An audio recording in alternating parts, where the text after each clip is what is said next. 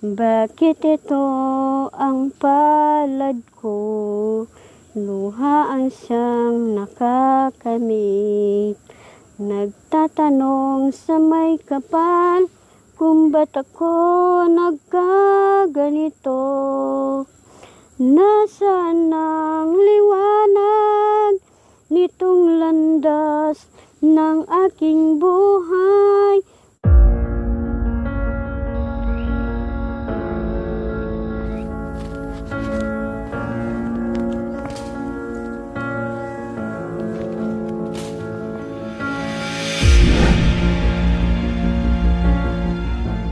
Magandang hapon po sa ating lahat mga kabayan. Nandito pa rin po tayo sa itaas ng kabundukan po mga kabayan sa tirahan ng mga katutubong aitas natin. No? At katatapos lang po ng vlog natin mga kabayan, meron pong nag-refer sa atin na pupunta daw po tayo dito kasi meron daw isang lula, no? At meron itong alaga na batang bulag po mga kabayan. Ang sipag daw nitong lula mga kabayan, kung hindi ako nagkakamali, 86 years old daw po ito mga kabayan. At talagang bumababa pa, akyat baba sa kabundukan para mangumpay o manguha ng pagkain ng kanyang alagang kambing. Kaya tara mga kabayan, puntahan natin si Lola na sinasabi nila. So nandito si Lola mga kabayan. Nanguha ng pagkain ng kambing. Hello! Kambing. Kumusta po kayo? Malakas pang kunti. Ilang taon na po kay Lola? 86. Wow! 86, hindi nga ako nagkakamali. Ay, meron daw isang masipag na lula dito na ang edad ay 86. Kayo nga po yun. At malakas pa. Kaya nyo pang manguha ng pagkain ng kambing nyo. Marami po ba kayong alagang kambing? Yung Iisa. Tapos, anong pangalan nyo po, Lula? Felicissima. Si Lula Felicissima. Duya. Wow. Talagang yung pangalan nyo po napakaganda. Tulad nyo na napakaganda. No, mga sinaunang... Hindi naman po maganda. Matanda na. Kahit matanda kayo o kahit may edad na, likas pa rin yung ganda nyo. Hindi pa rin nawawala yung ganda. Kumusta naman po kayo? Binibigyan din ako ng tulong ng foundation. Meron kayo natatanggap. Yung kambing binigay sa akin. Kaya alaga nyo po at kinukuhaan nyo ng pagkain. Wow. Sino po ang kasama nyo sa bahay? Yung anak ko. Pero wala yung anak ko nagtatrabaho sa kaingin. Ano-ano po bang pananim ng anak nyo po doon, Lula? Mga kamuting bagin at saka saging. Wow. Saka iba-ibang tinatanim nila, mga okra. Mga gulay na rin. Bukod sa mga root crops, mga gulay na rin po, Lula Felicissima. Nasaan bahay nyo po? Ayun po. Ay, dito na, sa itaas. Bali, ang kasama nyo po dyan, yung anak nyo na may pamilya na rin. Yung talagang kasama ko, kung iiwanan kami, magtanim sila sa kaingin. Opo. Kami na lang dalawa ng anak kong bungso. Nakasama nyo po, babae o lalaki? Babae yung may kapansanan. Bakit ano po kapansanan, Lula Felicissima? Edad po siya ng 5 taon. Opo. Dumating sa kanya, sa mata na yung, nagkasakit yung mata niya. Nagkumbulsyon po ba siya? Nilagnat? Tigdas? Nag-sore eyes lang po. Sore eyes. Hindi naagapan. Hindi nadala sa hospital. Kaya nabulag. Dinala ko rin po sa Makati. Makati, Manila? Opo. Ano po nangyari? Hindi po naagapan? Kaya gusto nila po uoperahan ng mata niya. Pero yung anak ko, ayaw niya.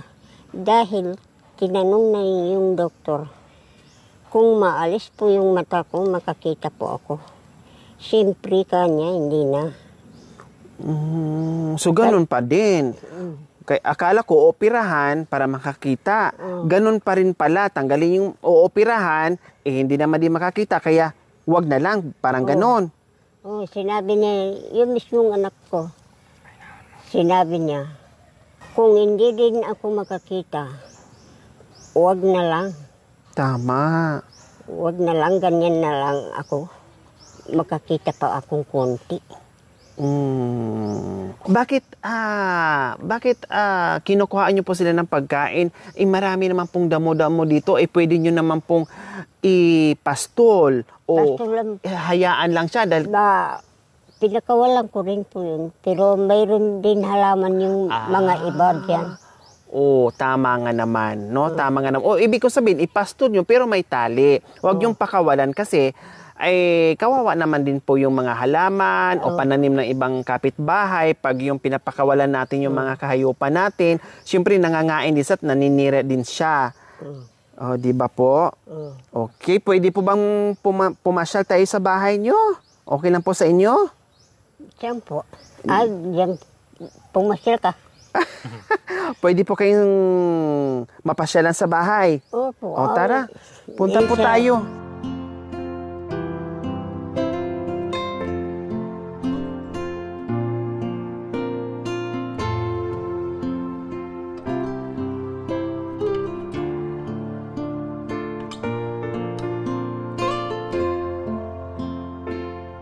So, ayan po mga kabayan, galing kami sa ibaba, no, at nadatnan nga namin si Lola Felicima doon ng pagkain ng kanyang kambing. No, dinisturbo ko po muna, sabi ko, pwede bang mamahinga? Pwede. Lola Felicima, sabi niyo mo 86 years old kayo. Nasaan na po si Mister?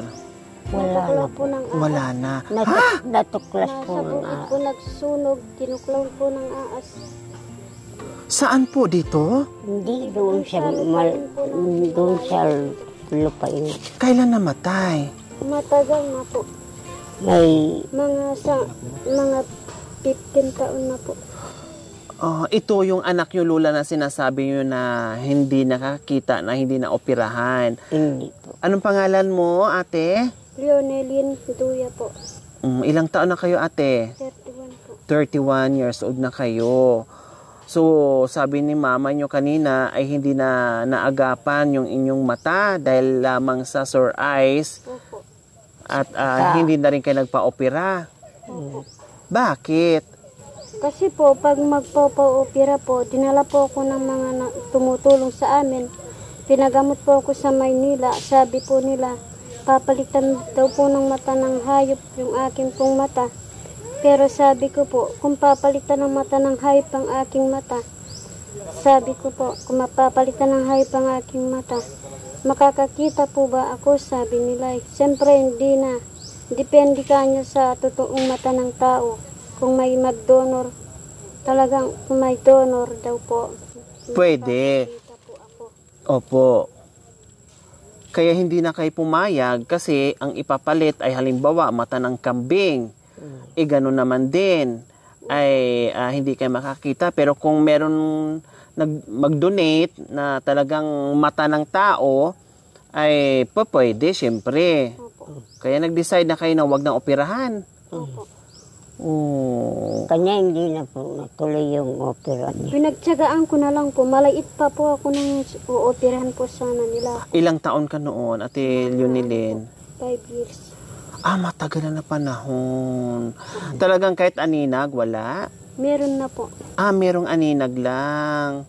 So paano yun? Halimbawa, diyan ka nakaupo, galing kayo sa bahay nyo, yung aninag lang, yung papunta nyo dito, kaya nyo?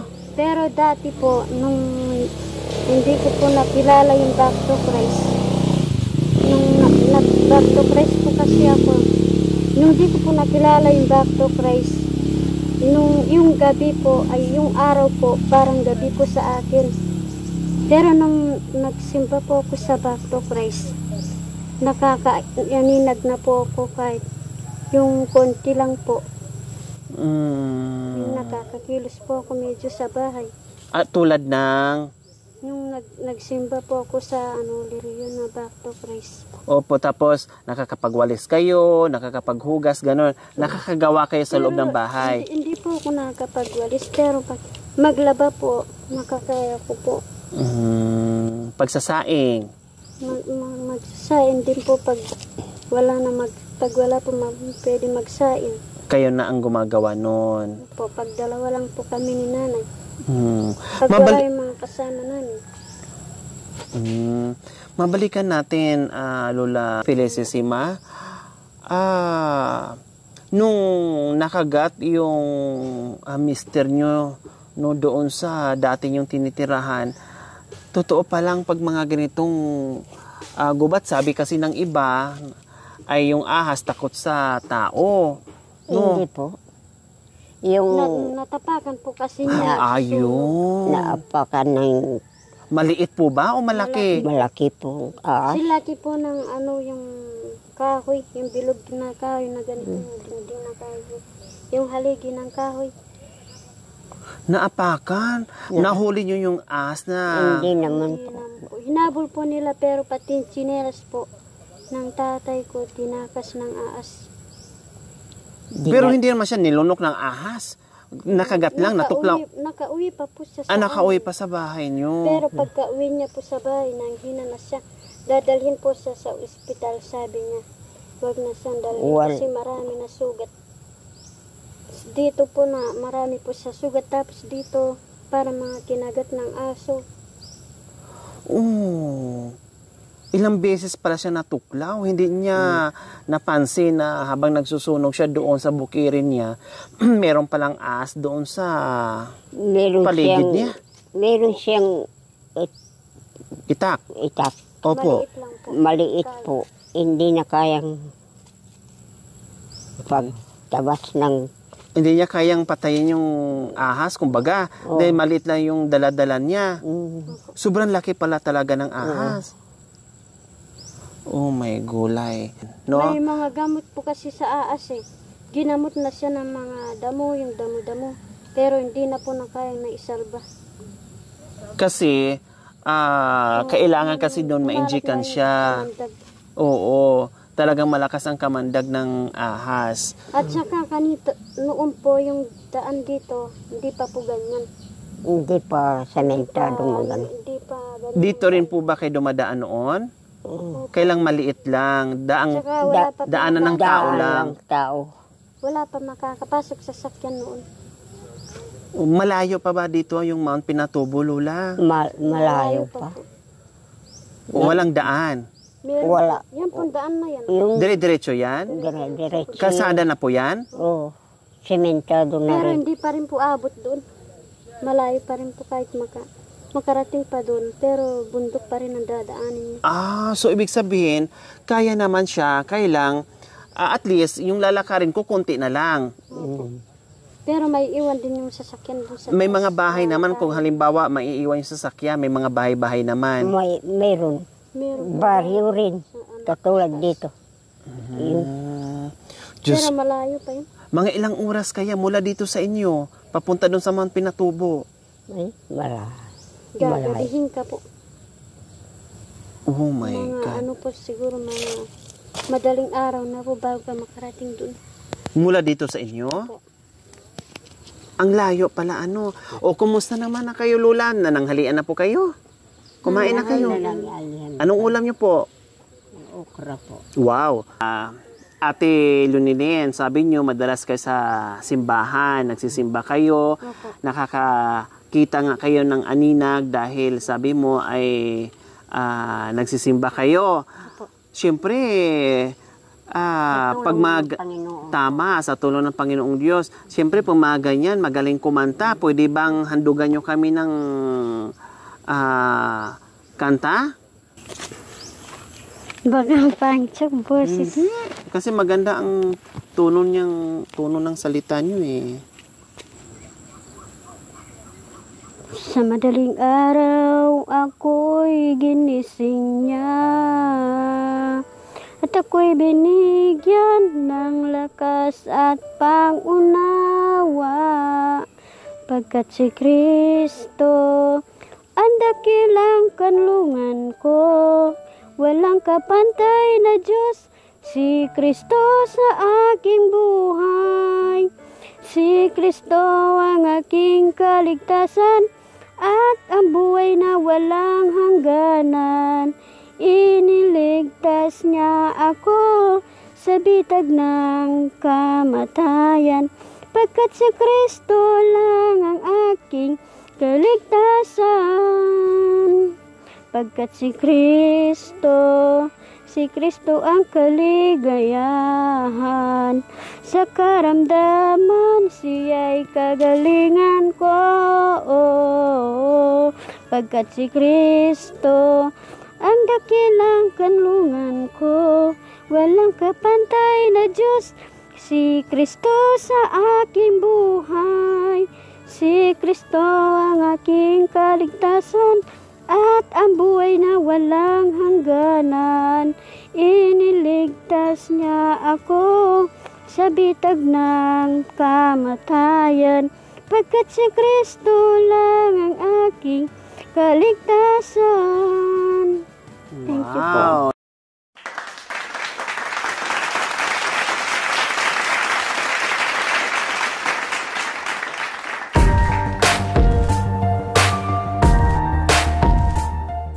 Bawat sanggol na isilang may sariling kapalaran, at nang ako'y magkamalay, wala sa akin ang paningin.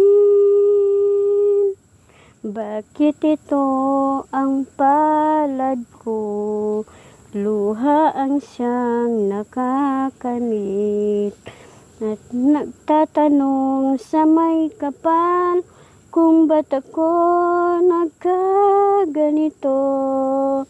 Nasaan ang liwanag nitong landas ng aking buhay? Natulad ko'y isang api na pinagkaitan ng tadhana. Bakit ito ang palad ko?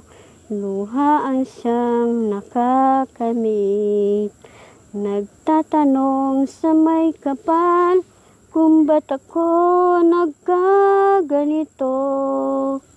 Nasaan ang liwanag nitong landas ng aking buhay? Natulad ko isang api na pinagkaitan ng tadhana. Wow! Salamat naman. Palakpak tayo, Lola. Kinakanta ko po sa video kito eh. Oh, wow. Pag sinasali po ako ng nanay ko sa paligsaan. Nananalo po kayo, malamang. Nagwa 100 po yung score sa video kit. Wow, ang galing. Okay, sige, Lola Felicissima, meron kaming surprise sa inyo. Salamat po. Yung po kambing ko, binagyan kong pangalan, Petra. Ah. Petra po yung pangalan niya. Pag tatawagin mo po yan, uuwi po siya. Petra! Petra! Akala ko kabayo, pangalan ng kabayo, Petra. Kambing pala ni Lola, alaga niya ay Petra ang pangalan. Dalawa po kami nag-aalaga. Paano pag lalaki? Pag-aakayin niya ako, tapos hawakan ko yung kambing, dadali namin siya sa sa pagpapastulan. Yes, Lola. Meron na kayong assorted groceries, isang tray na itlog at siyempre may bigas. Marami po salamat. Marami Yung po Panginoon po ang bahalang magbigay sa inyo ng gantimpala. Salamat po. Sana palaging malusog ang pangatawan ninyo kasama ng inyong pamilya. Yun po, lagi ko po kayong pagdarasal. Wow, Na salamat sana naman. hindi po kayo magkasakit para marami pa pong mga katulad ko na mabigyan nyo po ng tulong. Salamat. Ano po pangalan nyo pala? Ako si Lori Aquino Talita. Yan ang pangalan ko. Hindi lang yan, Lola, meron pang... Ay, maraming salamat po sa inyo. Walang anuman. Para bumili kayo ng masarap na ulam, ha? Oh, masarap na ulam na meron kayong pambili mamaya, okay? Okay, sige. Maraming salamat po sa walang sawang pagmamahal. Mami Myrna and Paps Don from Texas, USA na taga Bugalyon, Pangasinan. Maraming salamat po sa inyong ginito ang puso. Naway pagpalain po tayo ng Panginoong Diyos araw-araw. Naway ibigyan po tayo ng kalakasan ng katawan sa araw-araw. Naway ibigyan po tayo ng mahabang buhay pang sa ganon. Marami pa tayong matulungan na gaya nila. So mga kabayan, huwag niyo pong kalimutan, pakishare at subscribe sa aking YouTube channel, Lori Aquino Talita. Maraming salamat po. Gabi sa Sol!